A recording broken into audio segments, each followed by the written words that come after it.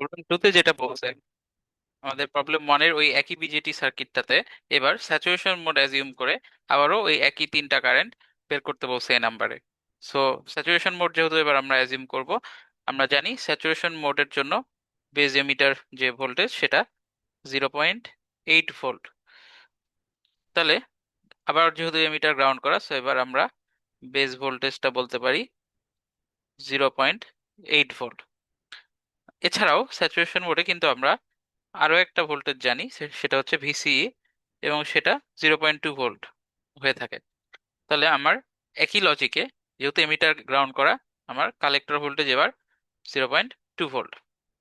তাহলে আমার আইবি আগের মতোই 100 কিলো ওহম রেজিস্ট্যান্সটা ইউজ করে ওহমস ল দিয়ে বের করা যায়, এবং যেটা আসে 10 মাইনাস আমার এই নোডের ভোল্টেজ এবার 0.8, সো 10 - 0.8/100, এবং সেটা 0.092 মিলি অ্যাম্পিয়ার। এরপর আইসি এর হিসাবটা এবার বিটা ইউজ করে হবে না, কারণ স্যাচুরেশন মোডে আমার বিটা ফরওয়ার্ড থাকে না, সেটা বিটা ফোর্সড হয়, এবং এটা সার্কিটের উপর ডিপেন্ড করে। আমরা আইসি হিসাব করব সিম্পলি ওহমস ল ইউজ করে, কারণ এবার আমি এই 10 কিলো ওহমের দুই পাশের ভোল্টেজ কিন্তু জানি। সো আমার এটা হবে 20 মাইনাস এই যে এই নোডের ভোল্টেজটা ভিসি, যেটা এবার 0.2, বাই আমার 10 কিলো ওহম রেজিস্ট্যান্সটা, সো 10। তাহলে আমার যেটা আসে আইসি, আমার এটা 1.98 মিলি অ্যাম্পিয়ার আসে। তারপরে আই আগের মতোই কেসিএল অ্যাপ্লাই করে আমরা আইবি আর আইসি ইউজ করে হিসাব করব।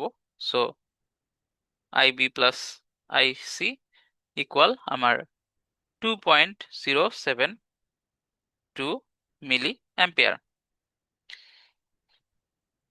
এবার বি নম্বরে যেটা বলেছে, আবারও আমার এই যে স্যাচুরেশন মোড অ্যাজিউম করে আমরা আবার অ্যানালাইসিস করলাম, এটা ভেরিফাই করতে হবে।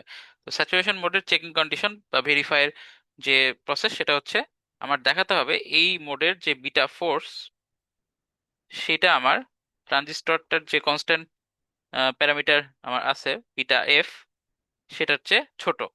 তো এখানে বিটা ফরওয়ার্ড তো 50 দেওয়া, তাহলে আমার এখানে আইসি আর আইবি এর রেশিও নিয়ে বিটা ফোর্স বের করে দেখাতে হবে সেটা 50-এর চেয়ে ছোট আসে। তাহলে আমাদের বিটা ফোর্সড হবে আইসি বাই আইবি ইকুয়াল আমার 1.98/0.092, যেটা আসে 21.52, যেটা কিন্তু 50-র চেয়ে স্মল, যেটাই আমাদের কি বিটা ফরওয়ার্ড। সো অ্যাজাম্পশন ওয়াজ কারেক্ট।